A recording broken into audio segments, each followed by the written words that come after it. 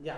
Bueno, ahora la segunda presentación, que en realidad nos juntamos para aprovechar el tiempo. Este es un proyecto que derivó de parte de mi tesis y que conlleva a la publicación de extractos de esta investigación, que en realidad tiene el mismo nombre de la tesis, que es Arquitecturas del Sur, Texto, Contexto y Patrimonio.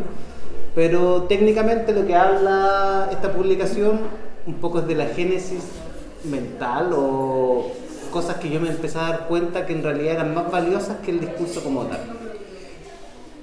Les voy a contar un poco cómo parte esta idea. Aquí tenemos la portada del libro con los respectivos financiamientos que apoyaron a esta publicación, donde en paralelo tomé muchas partes del archivo histórico de la revista para poder hacer esta investigación.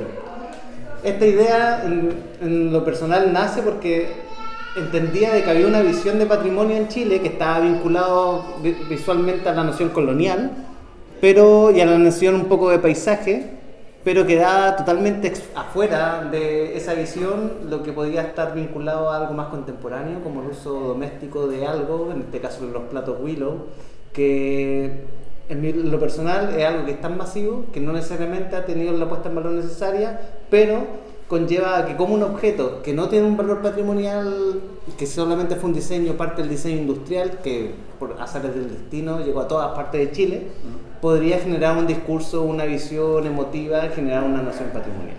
Entonces así parte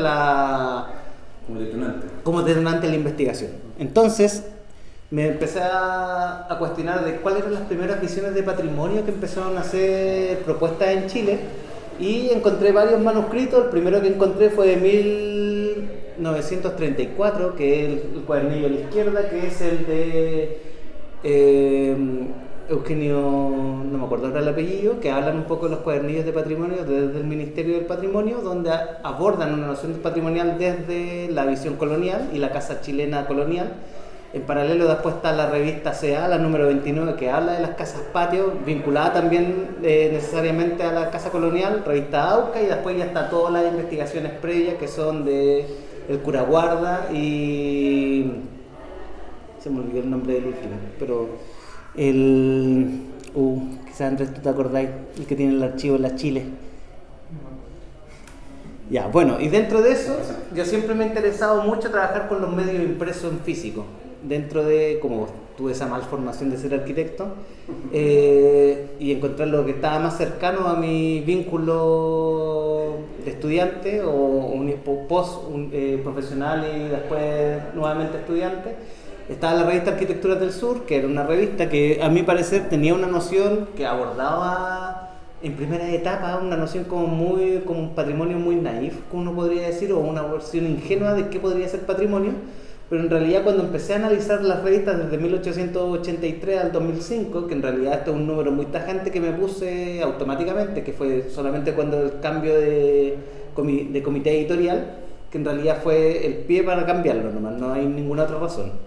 Dije ya, tenemos esto, y en paralelo, ¿qué pasaba en Chile dentro de este periodo de cómo era la visión patrimonial del Estado? Que en realidad, considerando que la Arquitecturas del Sur era una revista de una universidad pública, que por lo cual podríamos presumir, o no sé, en realidad como conspirar, mejor dicho, diciendo de que el Estado ya estaba, o en realidad en ese tiempo no había Estado, pero había una noción de todos los organismos gubernamentales tenían que tener la misma visión, porque aparece una revista en esta época que no tiene la misma visión de patrimonio. Entonces empecé a hundir más profundo y en realidad me di cuenta que en la revista había una convención de un pensamiento crítico con una visión que entre comillas podría haber sido única. Hay que considerar que era la tercera escuela de arquitectura en Chile en esa época, no habían más, que estaba la Cato, la Chile, la UEB, y después nace la Católica de Valpo. Entonces había una visión de construcción hegemónico de qué podría haber sido el patrimonio, y además la visión del Estado, y en paralelo estaba todos los cuadernillos que había hecho, en este caso la dictadura, de qué es ser chileno, cuál era la cultura de ser chileno y cuáles eran los jóvenes chilenos, para generar una noción estándar de cómo era el comportamiento de los jóvenes de la época. Y eso estamos hablando todavía del 83, por lo cual ese como política cultural era muy vigente, y por lo cual uno podría conspirar diciendo de que la universidad debería haber estado al servicio de eso. Entonces ahí aparece una noción que para mi gusto pudo haber sido distinta, que donde hablaban de patrimonio vinculado a espacio público o áreas naturales, una investigación más crítica y una búsqueda, entre comillas, intelectual, por así decirlo, o naif, en este caso, en los primeros casos. Entonces, ¿cómo era la comprensión del patrimonio? Una de las preguntas que me hice, ¿estos tipos habrán pensado o habrán escrito algo específico diciendo, no, esto es nuestra visión patrimonial?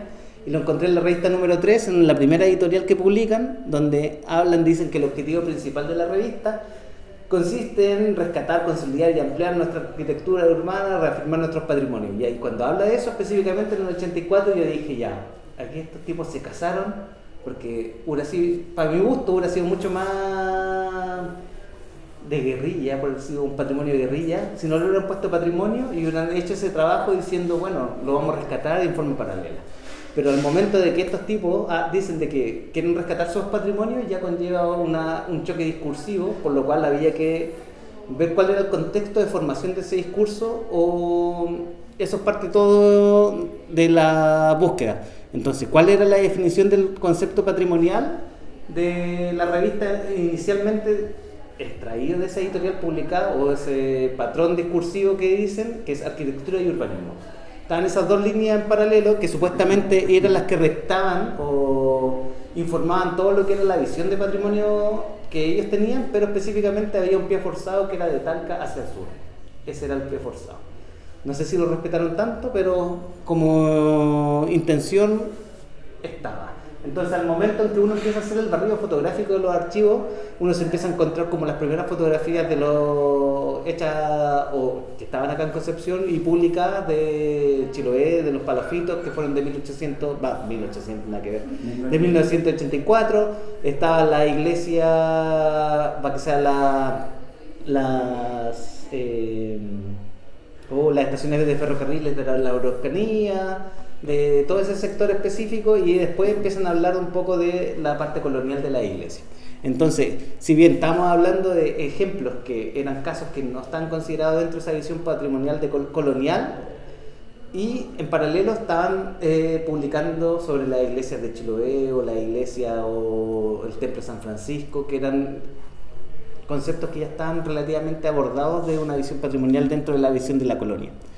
Entonces, eso era a grandes rasgos la investigación.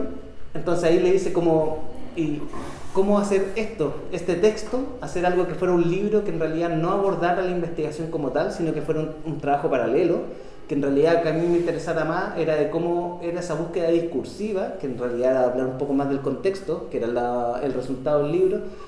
Y entonces ahí me tuve que ir a la parte más humana, o parte más, no humana la palabra, sino de personajes, de quién trató de producir esto.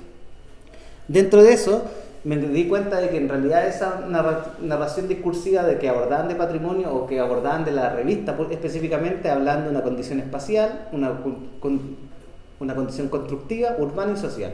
Si se acuerdan, les comenté al principio que la editorial hablaba específicamente que era arquitectura y urbanismo las visiones de patrimonio. En realidad no era tan así. Habían estas 4 variantes en paralelo, que en realidad después los voy a simplificar, pero yo creo que no es tan necesario ahora en este momento. Pero en realidad lo espacial hablaba de la condición del espacio, y hay textos que hablan específicamente de eso y hablan de que porque tiene una condición espacial específica podía ser patrimonio. Había otro que hablaba del sistema constructivo, que estaba más vinculado a las iglesias, que era el sistema, no sé, de doble pilar viga, o la estructura de la copia de la columna dórica en madera, y entonces abordaban un poco de qué podía ser patrimonio. Después había una condición urbana de entender, no sé, Popquecura, y entender de cómo la piedra laja abordaba un imaginario para crear una visión patrimonial, y entonces todo era como en una visión argumentativa, claro, con estos tópicos. Por lo cual, esa visión que yo les dije al principio, ya que era arquitectura y urbanismo, ya era errada. Descubrí que había más variantes o más línea argumental, y en realidad me di cuenta que la visión patrimonial de la revista conlleva todo este espectro, que estaba un espectro social que tenía el 5%, lo espacial que tenía el 30%, lo constructivo el 17% y lo urbano el 48%. Ya, eso eran datos duros que en realidad ahora actualmente no sirven de nada, pero lo importante es que había una visión de patrimonio específicamente en la revista que abordaba a la octava región antigua, cuando éramos con Chillán, el Ñuble mejor dicho, donde abordaba el urbanismo y la arquitectura, pero en realidad su discurso constructivo estaba más basado en un aspecto social, un aspecto constructivo que generaba un vínculo con la comunidad. Y ese vínculo con la comunidad en realidad lo descubrí porque en realidad el momento de generar esas como conversaciones con las participantes de la revista no era solamente publicar, sino que había que hacer un trabajo, entre comillas, educativo, donde ellos regalaban, iban a colegio, hacían como toda una performance de comunicar esto. Entonces, una de las grandes conclusiones de la revista, que en realidad va de la investigación previa al libro, era de que lo esencial de ese discurso patrimonial no da lo mismo el tiempo de formación, sino que era el impacto mediático o directo que podía tener ese lenguaje al construir una imagen de patrimonio. Por lo cual, esa visión patrimonial podía estar construida desde, no sé, supongamos ahora nos ponemos de acuerdo y conspiramos para generar patrimonio, no sé, esta salita, y generamos un discurso que puede durar un año, y eso puede generar un impacto mucho mayor al que, no sé, pues, que pueda tener el edificio completo. Entonces esa fue como las didácticas de tiempo. Y vuelvo a esta imagen porque en realidad una de las cosas que me llamaba la atención era, ya está bien, existe esto, está en paralelo la visión que era la canónica, pero ¿cómo se forma? En realidad tuve que llegar a las personas que, como cuando parte la revista, ahí Kant Fox con Gonzalo, ahora ahí en Chiloé paseando.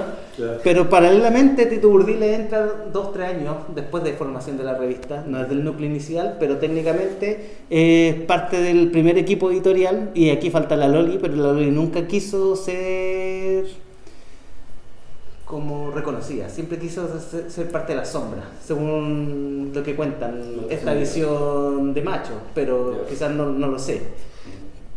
Y en el 2005 se genera el cambio donde entra el negro con el Nico.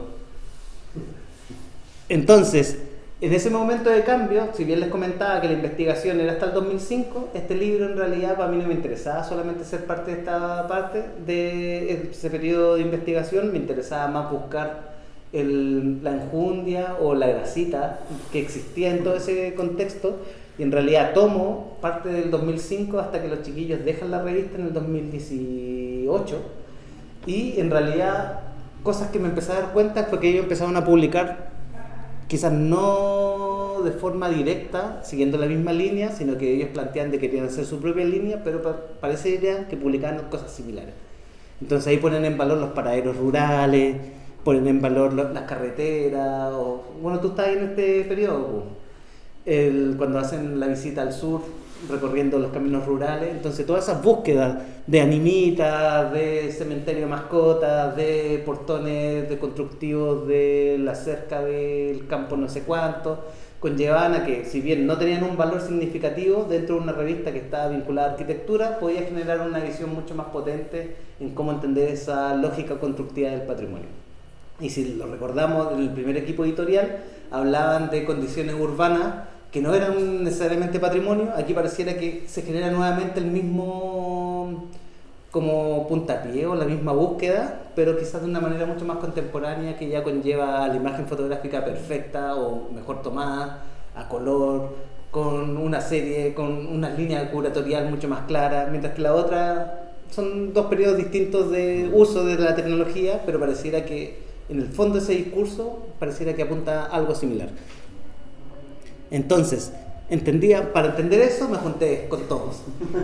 Ahí, Gonzalo, esa vez me acompañó la Patricia Méndez, después fui donde el Tito, después fui donde el Hans Fox. Me acuerdo que estaba ahí a punto de entrar al Movistar Arena a ver a Pearl Jam, y Hans Fox me devuelve el llamado y me dice, ven mañana. Era un día, y fui a ver al negro antes que se fuera. Y con el Nico Sáez, cuando empecé a armar un relato de todo esto, porque ahí les voy a contar en qué terminó todo esto, porque el libro, si bien les comenté toda la parte de la investigación teórica, a mí no me interesaba publicar eso. Técnicamente eso te metía a la UDECONS y lo puedes descargar y está ahí. No hay un valor más allá de eso. Pero a mí me interesa como la grasita de todo, cómo funcionaba. Entonces todos esos discursos o esas conversaciones las empecé a transformar en un relato, donde con parte de la investigación o archivos que yo encontré de la revista, que archivos manuscritos originales previos a la publicación, donde cambiaban todo eso, como bien les decía, originalmente yo creé una pauta para hacer esa entrevista donde estaba el contexto en una parte, después estaba Arquitecturas del Sur, que era lo que me interesaba, y era el periodo actual. En realidad, después de la primera y la segunda entrevista me di cuenta que no me interesaba tanto saber un poco de Arquitecturas del Sur, sino que ya el contexto, Arquitecturas del Sur y la actualidad, pasaban a ser parte de hacer como este trinomio donde a mí me interesaba más el contexto y los otros dos me interesaban por igual, pero no necesariamente uno más que otro. Entonces, por lo cual, esa aproximación a ese discurso que tuve con este equipo editorial, en un principio, la primera entrevista yo pensé que iba a ser algo mucho más vertical y entender de que hay una razón teórica que baja y que llega a los cimientos como si fuera un árbol. En realidad era mucho más rizomático, que era mucho más horizontal, de entender de que en realidad este discurso, si bien estas mismas personas podían hacer las mismas 10 preguntas a todos y todos iban a responder de manera similar. No sé si esto es como muy como de partido, ¿no?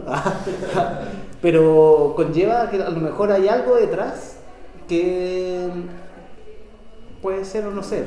Ahora lo voy a dejar así planteado porque después les voy a contar.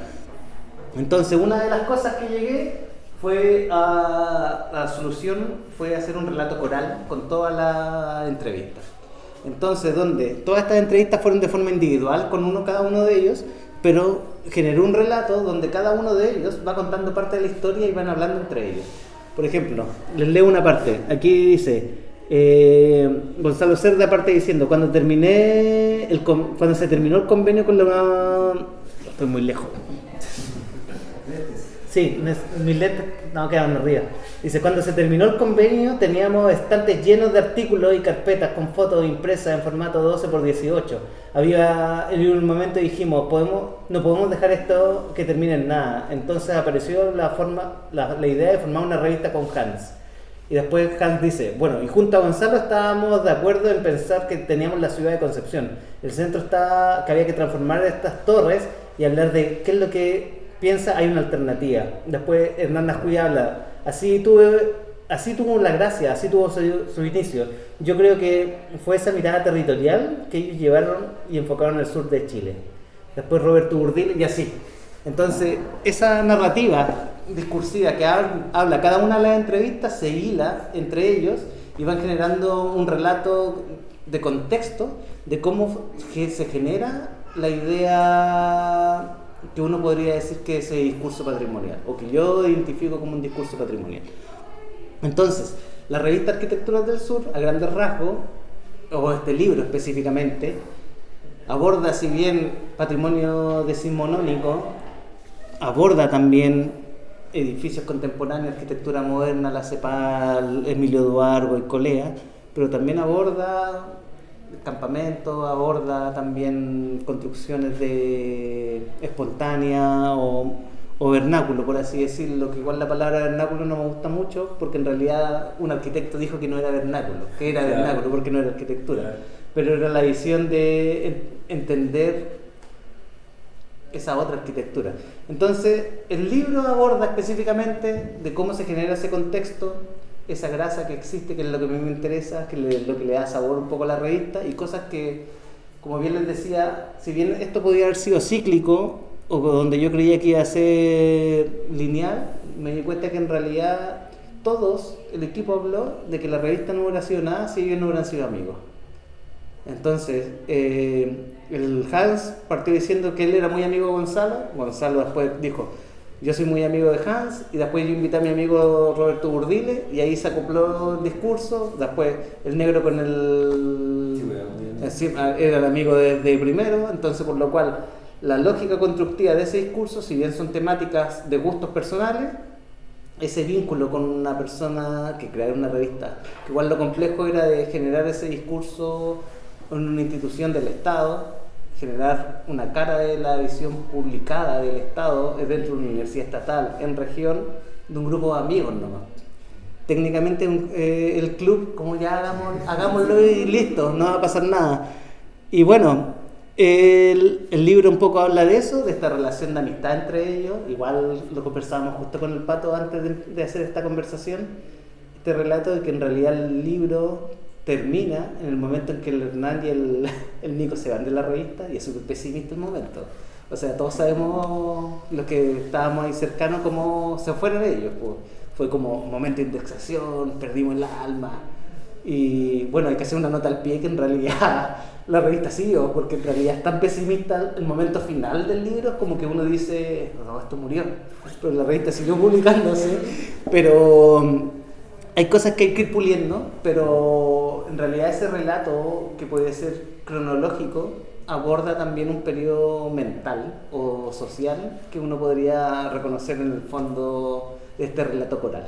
En paralelo el libro tiene dos textos, uno que es la construcción de discursos y patrimonio, que en realidad habla a grandes rasgos de cómo una noción patrimonial podría llegar, una visión social podría llegar a ser patrimonio, y hay otra construcción de cómo el Estado genera nociones de patrimonio por época, dependiendo la visión del Estado en este caso. Porque previamente estaba la visión más moderna de la casa colonial, después en el 73 vuelve a la visión de Portales, y después cuando firman la Carta de Nara aparece el patrimonio natural. Entonces técnicamente esa visión constructiva va apareciendo y técnicamente es discursiva, no es impositiva, bueno, en algunos casos sí, pero no es impositiva por lo todo. Bueno, y eso es el libro. Tiene, como bien les decía, un relato coral. A mí los relatos corales me gustan mucho porque en realidad vienen, o lo encuentro más que vienen del periodismo. Dentro de la música hay muchos, dentro del cine hay muchos, pero pareciera que dentro de la arquitectura yo no he encontrado ninguno específico, sino que entrevista. Así que creo que podría funcionar bien. Ojalá salir del público de la arquitectura y llegue a un público amplio, que en realidad es lo que me interesa. Y bueno, les dejo ahora la palabra abierta, igual fue súper rápido, pero les dejo ahí la palabra por si quieren comentar algo o preguntar algo. ¿Por qué no incluiste lo de ahora? Mira, no lo incluí específicamente. Sí, no lo incluí porque encontraba que el momento en que la presión de los editores cuando se van porque ya había que cumplir con todos los índices de publicación o índices internacionales, para mí ya no hay alma. Yo siempre he creído que cuando una universidad solamente quiere el índice, no, ¿para qué? Mejor hago una publicación de matemáticas y cumplo los índices. No hay una visión curatorial, por así decirlo, o una visión de espíritu. Sí, o sea, que sean amigos, sí. Y que no esté a favor del Estado, tiene que ver con que son justamente personas que toman una postura. Claro. No hay alguien detrás, no hay par evaluador ni. No importa nada, no importa nada. Está aportando igual, sí. Y que asumirá después el riesgo de. Claro, que fuera porque le da la gana. Sí, sí. Ese es el tema, o sea. Sí, por eso hasta ahí fue el periodo que dije ya no más. Porque yo podría seguir y después, bueno, por eso hacer la nota al pie que hablamos con el Pato, que después está la Patricia Méndez, 3 o 4 números, que es como 1 año y medio, 2. Después vuelve Gonzalo Cerda y conjunto con Pablo Fuentes, que en realidad era por un tema también de índice y también a alguien que trataba de devolver el espíritu de la revista. Pero la revista va andando sola porque ya es una maquinaria. Técnicamente ya hay gente como externa al equipo editorial que hace que ande. No, porque el equipo editorial hace convocatorias abiertas. Sí, por lo cual sí, podría ser alguien que haga un sistema y listo, uno se inscribe y te llega un artículo en cualquier parte del mundo y podría funcionar igual. Por eso lo cortaste ahí específicamente. Bueno, y además el primer periodo igual es como bien personal, sí. Porque era el equipo editorial, pero además escribían todo y sí. La mayor parte de las fotos eran de Gonzalo Cerda. Entonces era sí. como una bitácora de viaje personal. Claro, sí, era contenido de él mismo. Sí, yo creo que eso es bonito porque publicar con tu bitácora personal debe ser algo súper genial. Sí. Y además que te lo paguen.